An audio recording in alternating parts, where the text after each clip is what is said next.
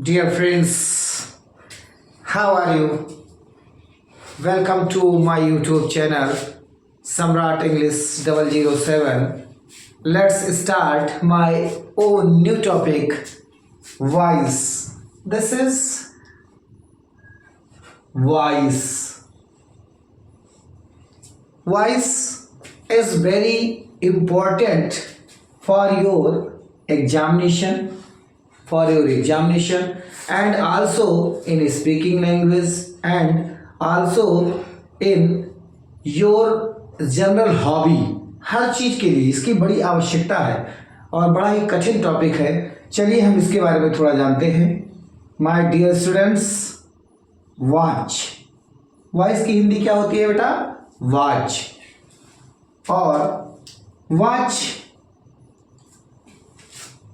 means how many kind? This is two kind, or this has two parts. First one is active voice, means AV, active voice, ACTIVE, active, ICE voice, and another one is passive voice.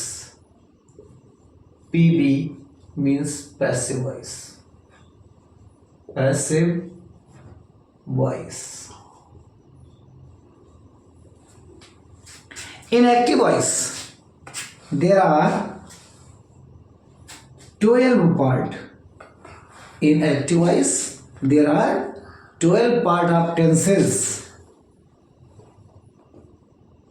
12 भाग यानी 12 parts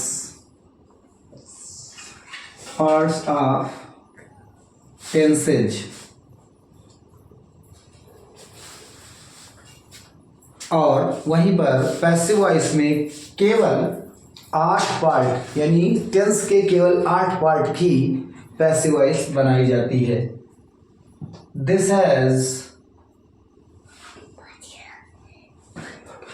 has only 8 part of tenses.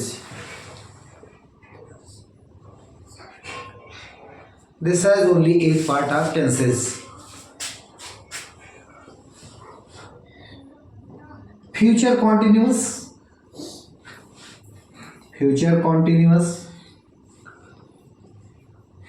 and or all perfect continuous. Future continuous and all part perfect continuous, सभी प्रकार के जो perfect continuous tense होते हैं उनका, और बेटा फ्यूचर कॉन्टिन्यूअस, इनका मीन्स 4 पार्ट ऑफ सेंटेंसेस की पैसिव वॉइस नहीं बनाई जाती है।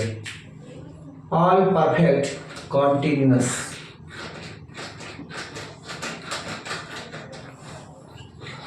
की पैसिव वॉइस नहीं बनाई जाती।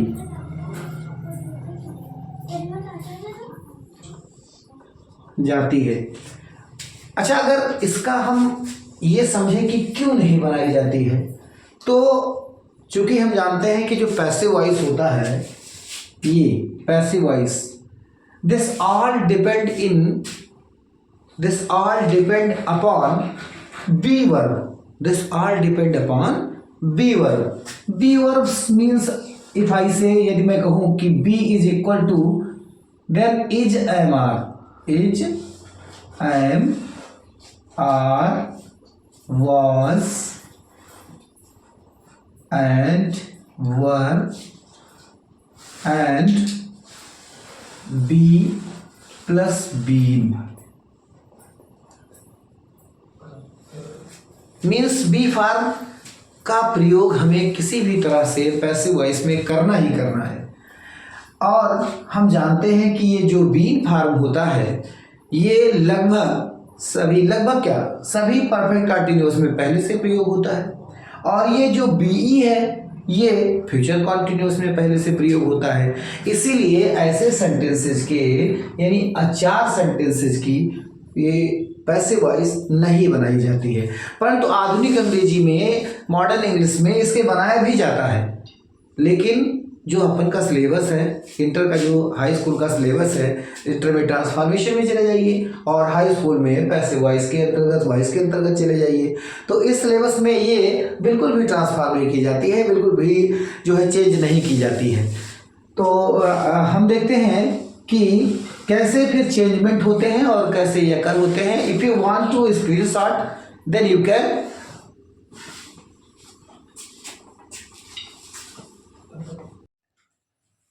Let's go. चलिए देखते हैं पैसिव वॉइस। पहले ही मैंने कह दिया है कि बी फार्म पहले से मौजूद होते हैं चार में, इसी वजह से उन चार का जो हम लोग पैसिव वॉइस नहीं ट्रांसलेट करते हैं। इसे लेकर पहला पॉइंट मीन्स, अगर हम लेट्स टेक एन एग्जाम्पल, चलिए हम एक उदाहरण ले लेते हैं। जैसे अगर लिखा हुआ है आई ईट मैंगो, आई ईट मैंगो। अब पैसिव वॉइस को लेते हुए हमने एक उदाहरण लिया था कि यदि is am are was were या बी फार्म होने ही चाहिए, उसी की पैसिव वॉइस बनती है। तो सबसे पहले तो हम ये देख लेते हैं कि पैसिव वॉइस का जो मैंने एक सूत्र बनाया है, स्वयं से अपना सूत्र है कि passive voice means PB is equal to, PB is equal to be form, V form plus B3, P form plus B3। जहां पर आप बी फार्म जानते हैं, वेरेज क्या जानते हैं, is am are was were be and be, ये होते हैं बी फार्म। तो इसको हम बी फार्म क्लेरिफाई कर देते हैं, आपको बता देते हैं फिर कैसे करना है। तो be form be is equal to is am are was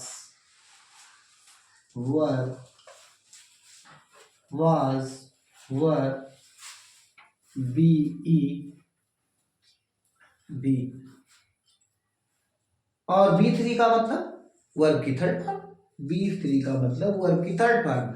आपको कहीं भी पैसिव वॉइस अगर बनाना होगा तो वर्ब की थर्ड फॉर्म और ये बी फार्म अवश्य ही आ जाएगा। संसार का कोई भी ऐसा सेंटेंस नहीं है जिसमें बी फार्म ना हो और वर्ब की थर्ड फॉर्म ना हो तो उसे पैसिव वॉइस में कंसीडर किया जाए। इसलिए जो है सूत्र है वो एकदम परफेक्ट है बेटा। अपने जीवन के किसी भी पन्ने में कभी भी इंग्लिश को जब आप पलटेंगे और वॉइस को आप देखेंगे तो वॉइस में हमेशा हमेशा आपको वे फार्म ही मिलेगा और वर्ब की थर्ड फॉर्म मिलेगी। तो सबसे पहली जरूरत हमारी क्या है, पहली जरूरत मीन्स पहली पॉइंट क्या है, हमें बी फार्म लेना है, बी फार्म ही लेना है। दूसरा सबसे मस्ट, जो सबसे ज्यादा जरूरत है दूसरे पॉइंट की, मीन्स ऑब्जेक्ट, ऑब्जेक्ट गॉट करना है, ऑब्जेक्ट प्राप्त करना है। ऑब्जेक्ट जैसे आई ईट मैंगो, मैं क्या खाता हूं, मैं क्या खाता हूं। अगर क्या से क्वेश्चन मिलता है, अगर क्वेश्चन क्या से मतलब अगर किसी भी वर्ब से क्या से उत्तर मिल जाता है, क्या से प्रश्न पूछिए और अगर उत्तर मिलता है तो वो ऑब्जेक्ट है। बेसिकली सबसे बड़ी फंडामेंटल प्रॉब्लम क्या है बच्चे कि आप लोग जान लीजिए हमेशा कि जो बच्चे होते हैं वो सोचते हैं कि जो अंतिम में है वही क्या है, जो अंतिम में है वो ऑब्जेक्ट है। जैसे अभी देखिए I go to market, I go to market. अब इस वाक्य में जैसे ही वो देखते हैं टू मार्केट अंतिम में है, तो जैसे मार्केट देखते हैं शुरू कर देते हैं भाई, क्या शुरू कर देते हैं, वो कहते हैं कि बस अंतिम में है तो यही आपका क्या है, ऑब्जेक्ट है। बल्कि अंतिम में नहीं ऑब्जेक्ट होता है, ऑब्जेक्ट तो आपको क्या और किसको पूछने पर मिलता है। बेटा इस बात को याद रखो, ऑब्जेक्ट आपको केवल क्या और किसको पूछने पर मिलेगा। ये नहीं कि बस वो अंतिम में है बस वो आपका ऑब्जेक्ट है, केवल क्या और किसको पूछोगे तभी आपको ऑब्जेक्ट मिलेगा। अगर उत्तर मिलता है तो ऑब्जेक्ट है और नहीं मिलता है कोई भी बोल दे कि नहीं इसमें ऑब्जेक्ट है, कोई डांट नहीं दे आपको, तो आप कह दीजिए कि बिल्कुल नहीं है, जो नियम है उसमें क्या और किसको से नहीं आ रहा है इसलिए इसमें कोई ऑब्जेक्ट नहीं है। तो दो शब्द आपको मिल गए, एक शब्द तो मिल गया क्या, व्हाट, और एक शब्द मिल गया किसको, whom। अब तो इसका मतलब होता है जो ऑब्जेक्ट आपका होगा means I eat what, I eat what, मैं क्या खाता हूं। तो आपको उत्तर क्या मिला, मैंगो। क्या मिला, मैंगो। ठीक है, खाइए। अब इसको क्या करेंगे आप, इसको सबसे पहले जो भी ऑब्जेक्ट है उस ऑब्जेक्ट को क्या करेंगे, ले आएंगे आगे, मीन्स मैंगो आप ले आएंगे आगे। उसके बाद आपका सूत्र क्या कहता है, कहता है कि बी फार्म यानी मैंगो के according, according to your object, object के अकॉर्डिंग ही आप क्या लगाओगे, अपना हेल्पिंग वर्ब। तो मैंगो है, सिंगुलर है, बेसिकली आप यूज करेंगे।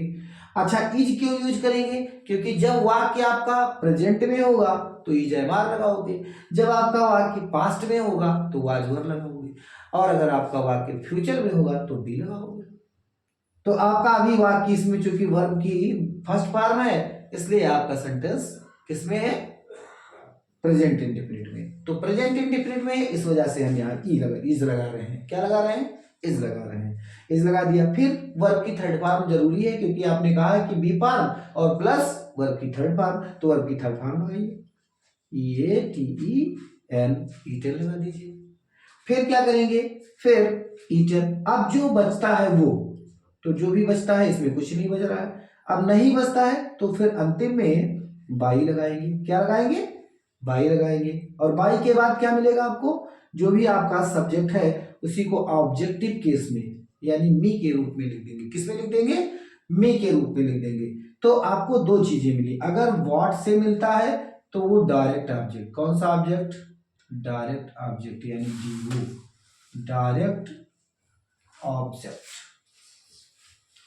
और अगर होम से मिलता है तो आयु इनडायरेक्ट ऑब्जेक्ट होता है। क्या होता है, इनडायरेक्ट ऑब्जेक्ट, इनडायरेक्ट ऑब्जेक्ट। अच्छा, तो सबसे पहला पॉइंट आपको क्या मिला, ऑब्जेक्ट, फिर बी फॉर्म, फिर आपको क्या लेना है बेटा, क्या ढूंढना है डियर फ्रेंड्स, क्या ढूंढना है, आपको ढूंढना है B3। क्या ढूंढना है, B3। क्या ढूंढना है, B3। अब वर्ब की थर्ड फॉर्म मिल गई। फिर आपको क्या ढूंढना है, जो कुछ भी बच रहा है उसे पहले लिख लीजिए, रिमेनिंग पार्ट, रिमेनिंग पार्ट। अब रिमेनिंग पार्ट के बाद आपको क्या करना है, फिर अगला पॉइंट बाई, फिर अगला point subject, objective case, objective case. अब ऑब्जेक्टिव का मतलब बहुत ज्यादा लेंथी नहीं खींचना है, आपको समझना है, बस यूं ही समझ जाइए। ऑब्जेक्टिव मीन्स अगर आई है तो मी, ही है तो हिज, ही है तो हिम, आई है तो मी, और अगर बी है तो अस, और ही है तो हिम, शी है तो हर, यू है तो यू ही, और दे है तो देम, बस। और अगर कोई नाउन है तो उसी नाउन को लिख देते हैं, यदि नाउन है तो नाउन उसी को यूज कर देते हैं, कुछ नहीं करते हैं। ये आपका बहुत ज्यादा ऑब्जेक्टिव केस में परेशान नहीं होना है कि हाँ ऑब्जेक्टिव केस, अब ये कौन सा नया नया ड्रामा आ गया भाई, उसको आपको टेंशन नहीं लेना है। बस डियर स्टूडेंट्स, केवल खुले माइंड से, फिर फुल आप ओपन हार्ट्स, बस खुले विचार से आप देखिए, इतने को ही आपको फॉलो करना है, बस इसी के बाद आपको फटाफट मैनेज कर लेना है। फिर आपका क्या शुरू हो जाता है, प्रेजेंट इंडेफिनिट। ठीक है, आई ईट मैंगो। अगर इसी बात को आई बाई ये साइकिल, आई बाई मी ये साइकिल, CYC यानी साइकिल। तो आई माने मैं, मी माने मुझको, ए माने एक, साइकिल माने, चलिए आई की जगह राम कर देते हैं। राम बाइज ये साइकिल, बाइज मी ये साइकिल। राम मेरे लिए या मुझको एक साइकिल खरीदता है। तो क्या खरीदता है? साइकिल। डीओ मिल गया। किसको खरीदता है? आईओ को। इनडायरेक्ट ऑब्जेक्ट मिल गया। फिर आपका वर्ब में यस यस लगा है तो क्या मिल जाएगा? ये आपका वर्ब है, प्रेजेंट में है। आप साइकिल से भी बना सकते हैं, CYCLE साइकिल। फिर साइकिल में इज लग जाएगा, फिर वर्ब की थर्ड फॉर्म लग जाएगी बॉट। ठीक है, मी बाई राम, ये हो जाएगा। और या आप इसे भी कर सकते हैं, मी से I am bought a cycle by Ram. आपकी जो इच्छा है बेटा उस तरह से आप बना सकते हो। ये आपका पैसिव वॉइस का बेसिक फार्मूला होता है। यदि आप इसे भी चाहते हैं कि इसका एक स्क्रीनशॉट ले लें तो फिर आप इसका भी स्क्रीनशॉट ले लीजिए, फिर आगे चलते हैं। Let's start past indefinite tense. कौन सा स्टार्ट करेंगे? पास्ट इंडेफिनिट टेंस स्टार्ट करेंगे। पास्ट इंडेफिनिट की सबसे पहली और सबसे जो मूल रचना है उसमें में देखेंगे कि वर्ब की सेकेंड फॉर्म होनी चाहिए। अब पास्ट इंडेफिनिट में वर्ब की सेकंड फॉर्म आपको मिल जाएगी, और अगर सेकंड फॉर्म लगी है तो फिर आपको फिर क्या देखना है? वॉट। क्या ढूंढना है? वॉट ढूंढना है बेटा। क्या ढूंढना है? वॉट। वॉट से क्या मिलेगा? ऑब्जेक्ट। क्या मिलेगा? ऑब्जेक्ट। और वॉट सी उसने, रोट लिखा, आ लेटर एक पत्र, इन नाइट कब? रात में। उसने क्या लिखा? एक पत्र लिखा। इस वजह से एक पत्र ही आपका क्या हो जाएगा? ऑब्जेक्ट हो जाएगा। और क्या से उत्तर मिला है इसलिए डायरेक्ट ऑब्जेक्ट हो जाएगा। तो ए लेटर को आप इधर ले लेंगे, ए लेटर, ये लेटर। फिर आफ्टर दैट आप जानते हैं अपना जो नियम है, अभी मैंने बताया है, बी फार्म होना चाहिए। यहां पास्ट है तो यहां पर बी फार्म होगा। कौन सा होगा? वाज और वर। क्योंकि लेटर आपका सिंगुलर नंबर है इसलिए वर का प्रयोग किया जाएगा। सॉरी, लेटर आपका सिंगुलर नंबर है इसलिए वाज का प्रयोग किया जाएगा। किसका प्रयोग किया जाएगा? वाज का प्रयोग किया जाएगा। तो हम लोग यहाँ वाज का प्रयोग कर लें। फिर आप जानते हैं कि वर्ब की थर्ड फॉर्म लगानी है। कौन सी लगानी है? वर्ब की थर्ड फॉर्म, रिटन। फिर उसके बाद जो भी चीज बचता है, वैसे बहुत सारे टीचर्स यही बताते हैं कि आप इन नाइट को आखिरी में लिखिए, जो बचे उसको आखिरी में लिखिए। लेकिन आप पास्ट परफेक्ट को छोड़कर, जिसमें दो पार्ट में आपका सेंटेंसेस बटा होता है, उसे छोड़कर आप इसको जो है बाई वाला जो सेक्शन है वो अंतिम में लिखा कीजिए। जो भी बचा है उसको इसके साथ लिख दिया कीजिए। ए लेटर वाज रिटन कब? In night. जो भी बचा हुआ है उसे आप लिख दें, इन नाइट। उसके बाद आप यहाँ बाई लगाएं और उसके बाद में हर लगाएं। सी का ऑब्जेक्टिव केस हर है। अब यहीं पर अगर कोई वाक्य लिखा हुआ है, you did not play a game today. आज तुमने कोई खेल नहीं खेला। ये अगर आ गया, क्या नहीं खेला? गेम नहीं खेला। तो आप इसे ले आएंगे ए गेम। फिर यहां डिड लगा है, वाज में चेंज करेंगे।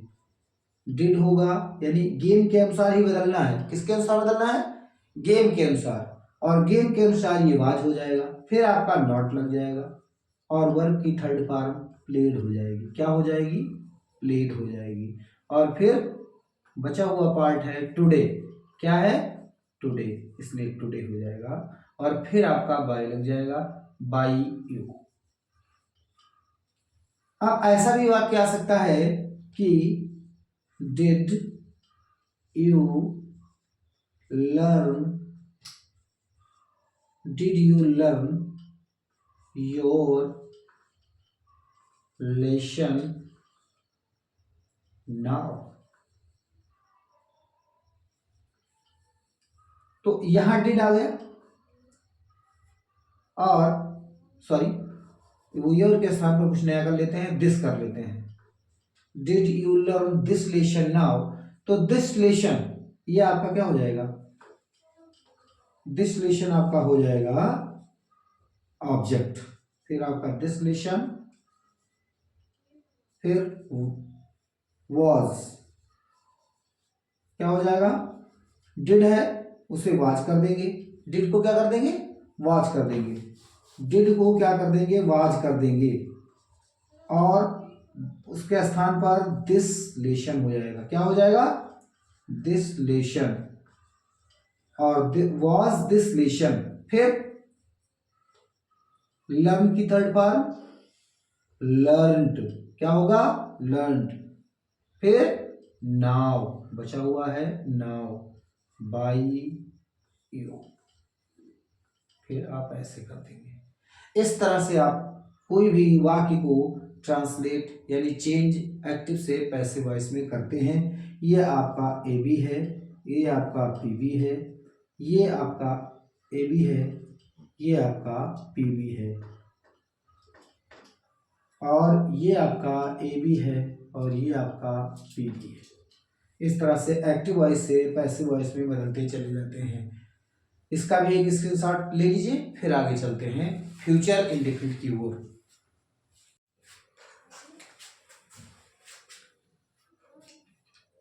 Let's start future indefinite. Future indefinite, इंडेफाइनाइटे,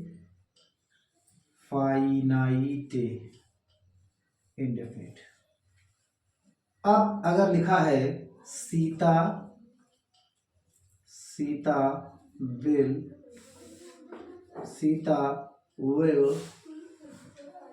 break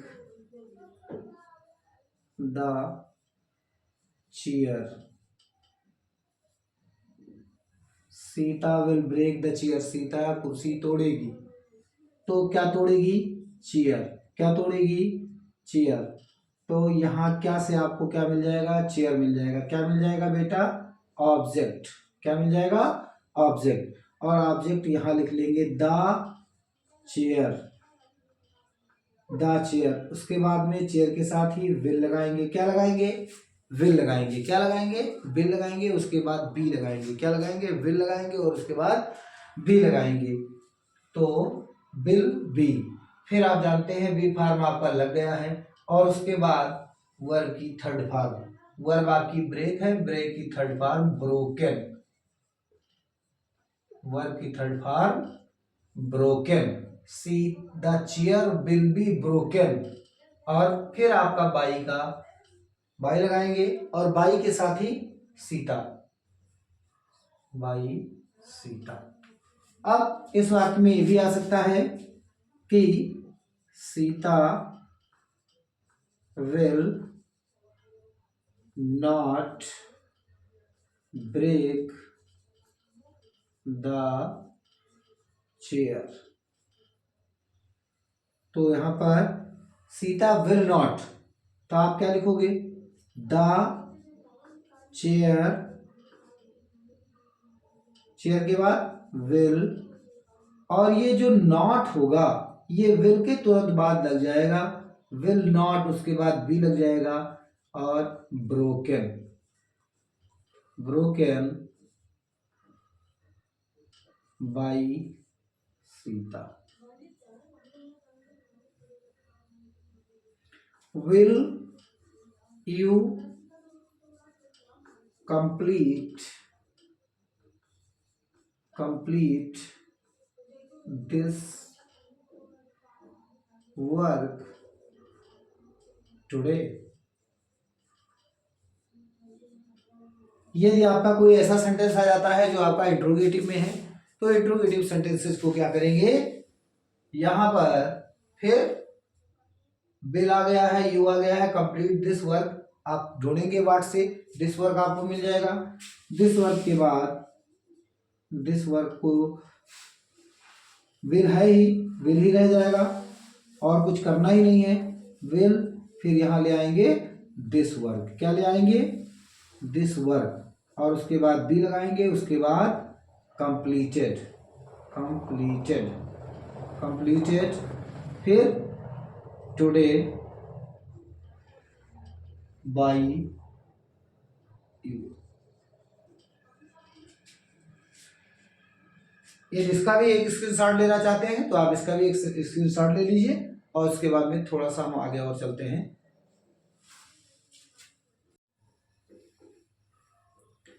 एक छोटा सा एग्जाम्पल चलते चलते हम लोग और ले लेते हैं।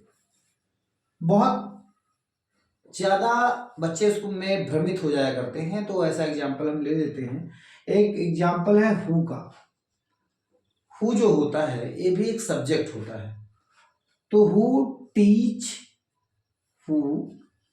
Teaches you English, English, who teaches you English. ये सेंटेंसेस पिछले कई बार परीक्षाओं में भी पूछे गए हैं और बच्चों को जैसे दिए जाते हैं वो परेशान हो जाते हैं और ऐसे सेंटेंसेस को जल्दी से कर नहीं पाते हैं। किसी में भी आ सकता है, who will teach you English, who taught you English, किसी भी सेंटेंस में आ सकता है। बट जो ये हु देखते हैं बच्चे तो भ्रमित हो जाते हैं। कोई भ्रम नहीं करना है, बस खाली आपको ये समझना है कि ये जो हु है वो भी एक आपका सब्जेक्ट है। क्या है बेटा? ये सब्जेक्ट है। और जो हु सब्जेक्ट है उसमें आपको कुछ नहीं करना है। अगर जैसे दूसरे अन्य सब्जेक्ट होते हैं उन्हें हम क्या करते हैं कि बाई के साथ पीछे ले जाते हैं और इसमें क्या करते हैं कि बाई आगे लगा देते हैं। किस पे लगा देते हैं?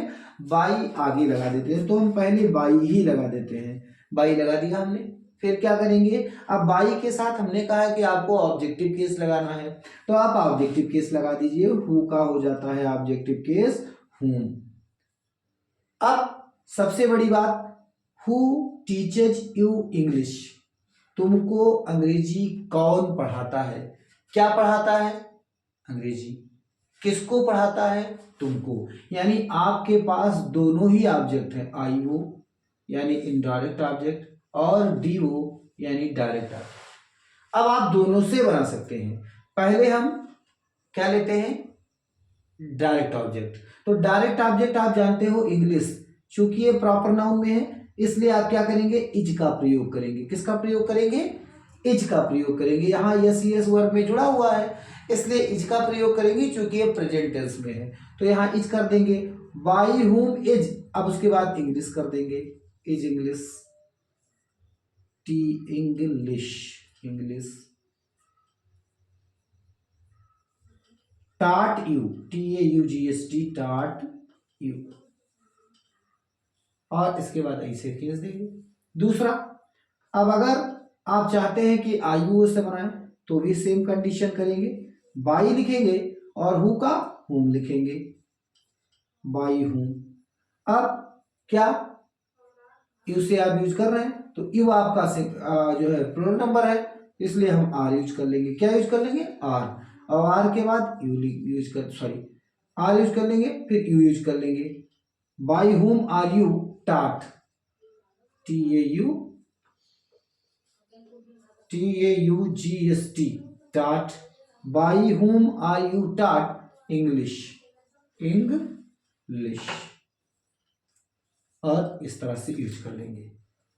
अब इसमें जो भी परेशानी है या कहीं किसी प्रकार की कोई दिक्कत आती है तो आप जरूर हमें कमेंट बॉक्स में लिख कर दें और हमें बताएं कि यहाँ पर हमें सर समस्या आ रही है। उस समस्या का हम उचित और एप्रोप्रिएट एग्जाम्पल के साथ समाधान करेंगे। माय डियर फ्रेंड्स, यदि आप मेरे चैनल पर नए हैं तो ज़रूर लाइक करें, सब्सक्राइब करें और बेल आइकन दबाना न भूलें। तब तक के लिए धन्यवाद। Thank you for watching this. Have a nice day. Thank you.